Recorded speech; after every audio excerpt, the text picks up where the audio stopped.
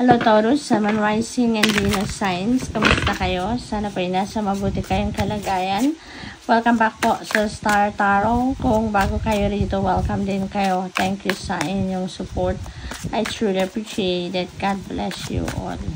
Taurus, pauna mensahe ninyo, Ace of Wands. Ayan, this is a new beginning energy.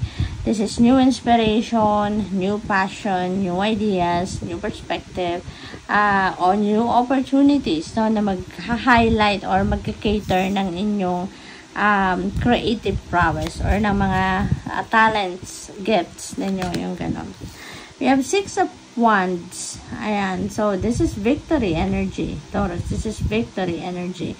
Meron kayong pagtatagumpayan dito. Meron kayong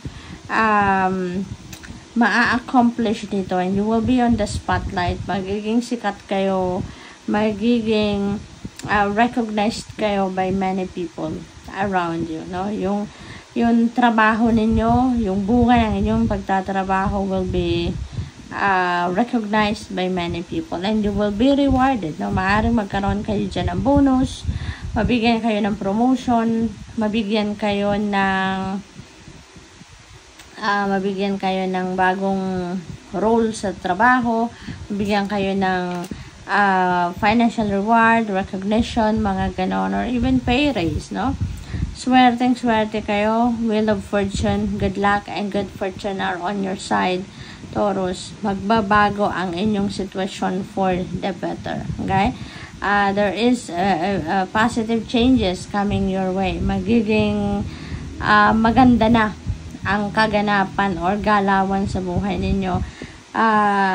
This is going to yung mga sitwasyon ninyo, no, lalo na kung hindi masyadong favorable para sa inyo, that this is the time that's going to turn around, no, for the better. Kaya napakaswerte sa pera, relationship, trabaho, karera, pakikipagkaibigan, pamilya, kahit saan, no, it will be for the best na. We have 4 of Pentacles. Ayan, this is reminding you, no, to manage your money wisely. Okay? Kailangan ninyo ng siguro paigtingin dito ang disiplina pagdating sa kaperahan, pagbabudget, paggagastos, balanse between saving and spending. Yung ganun ba? Mga financial plans, yung mga ganun. Kaya, Taurus, no, this is an important reminder para sa'yo. Maaari din ang iba sa inyo dito preparing for your retirement na, no? Or maybe saving money, big amount of money for a big purchase, no? Sa future. Taking risk, maaaring yung new beginning na to with the Ace of Wands, maaaring ito yung magte-take risk kayo. You're taking on an adventure, Taurus. Maaaring meron kayong bagong gagawin. There is a new chapter sa buhay ninyo that you are going to try doing sa ngayon, and maaaring this is you going to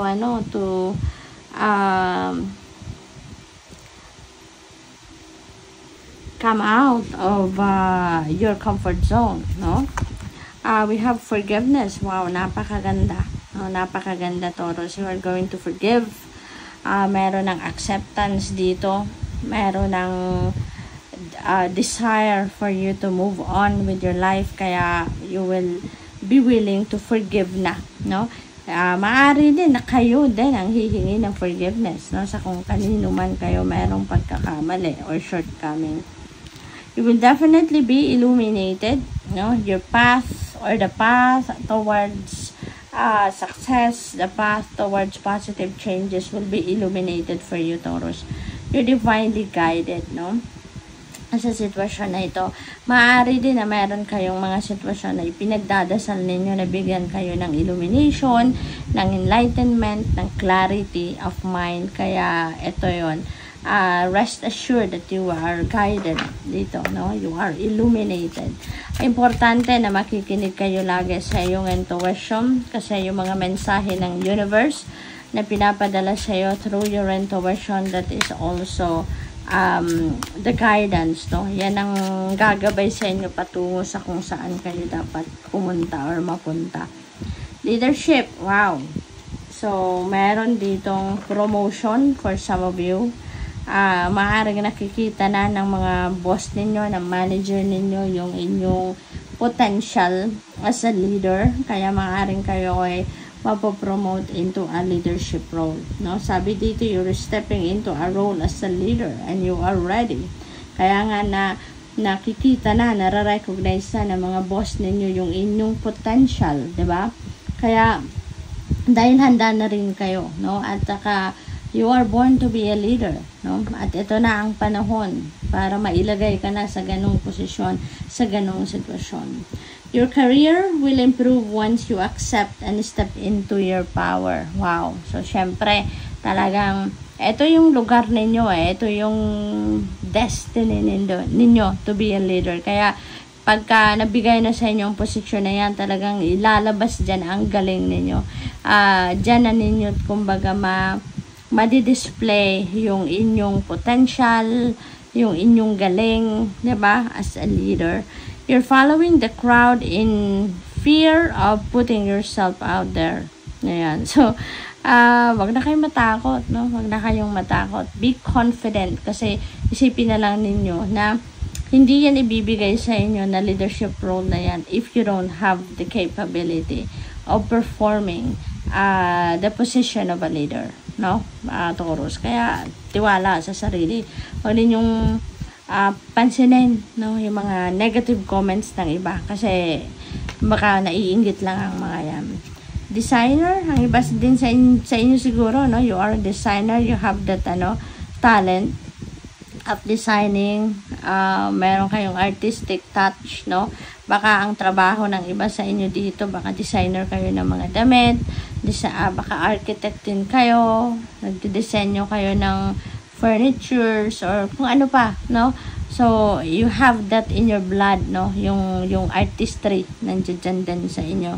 Sabi rin dito, you're being called to tune into your individuality and express yourself. Ayan. So be transparent, be honest, be truthful.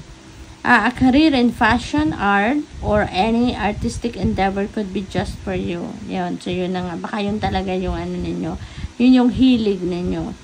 Get creative with your finances, perhaps if there is to discover a new talent. Wow. So baka baka meron din kayong talent na yun, sa ngayon, yun ang kumbaga gagamitin ninyo para kayo ay maging prosperous, maging abundant, no? Maging successful sa inyong career, sa inyong trabaho, yung ganon.